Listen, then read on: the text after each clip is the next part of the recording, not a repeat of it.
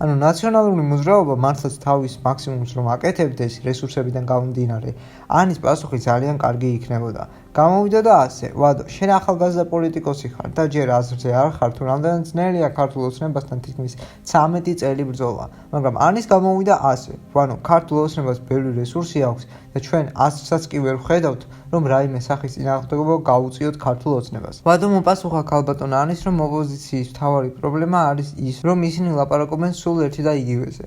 ხალხს ვერ აჩვენებენ სტაბილურობას და ვერ უხსნიან სათანადოდ თუ რა იდეოლოგია აქვს ოპოზიციას. რა საშიშროებას წარმოადგენს ოცნება და ამაში ვადოს აბსოლუტურად ვეთანხმები.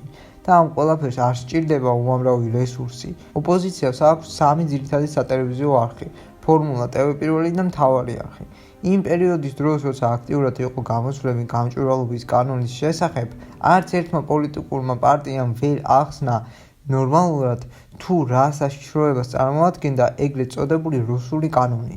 ჩვეულებრივი იუთუბერები უფრო კარგად ხსნიდნენ ამ კანონის საშიშროებას, ვიდრე პოლიტიკოსები, რომლებიც რეგულარულად ყვიროდნენ მიტინგებზე რუსული კანონის საშიშროებაზე. რატომ უნდა აუხსნათ კანონის არსი, თუ შეიძლება უბრალოდ დავადოთ რუსული იარლიკი და ამით ხალხი ეგრევე დაინტერესდება და გარეთ გამოვა. მაგრამ იქიდან გამომდინარე, რომ რუსული კანონი ბოლოს მაინც მიიღეს, შეგვიძლია გამოვიტანოთ დასკვნა, რომ ოპოზიციის გეგმამ არ იმუშავა. ამაზე არ მინდა დიდი ხანი რომ ვილაპარაკო, თუ გინდათ რუსულ კანონზე რომ გავაკეთო ვიდეო, დაწერეთ კომენტარებში ან ჩვენ დისკორდ სერვერზე შეგიძლიათ ამოიჩიოთ ახალი ვიდეოს თემა. ჩვენ კი დავუბრუნდებით დებატებს.